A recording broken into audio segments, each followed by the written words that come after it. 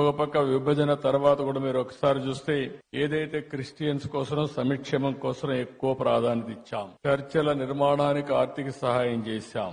ఇంకొక పక్క మీరు చేస్తున్నటువంటి సేవలకు సహకారంగా ఉండాలని క్రైస్తవ సంస్థలకు ఒక్కొక్క సంస్థకి 10 లక్షల రూపాయల ఆర్థిక సహాయం చేసి మిమ్మల్ని ప్రోత్సహించాం. గుంటూరులో మీరు చూస్తే క్రిస్టియన్ భవనం కోసం 2 ఎకరాల భూమిని కేటాయించడమే కాకుండా ఆ రోజు 10 కోట్ల రూపాయలు ఖర్చు పెడితే కంప్లీట్ కాని బిల్డింగ్ ని కంప్లీట్ చేయాలని 5 సంవత్సరాలు ఆలోచించలేదు.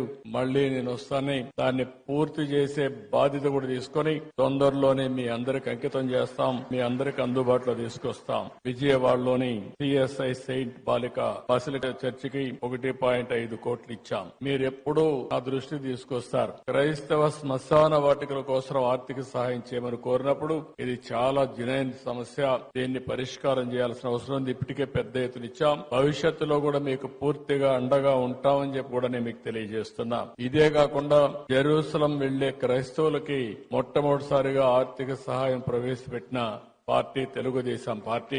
ఆ విధంగా కూడా మనం ముందుకు పోయాం. ఇంకొక పక్క క్రైస్తవ విద్యార్థుల సంక్షేమం కోసం ప్రీ మెట్రిక్ స్కాలర్షిప్లు గాని, పోస్ట్ మెట్రిక్ స్కాలర్షిప్లు గాని, ట్యూషన్ ఫీజు అంతా కూడా రీఎంబర్స్మెంట్ చేయడం గాని ఇవన్నీ చేశాం. ఈ రోజు ఇలాంటి కార్యక్రమాలు 1-2 కాదు, చాలా కార్యక్రమాలు చేసి మనం ముందుకు పోయే పరిస్థితికి వచ్చాం.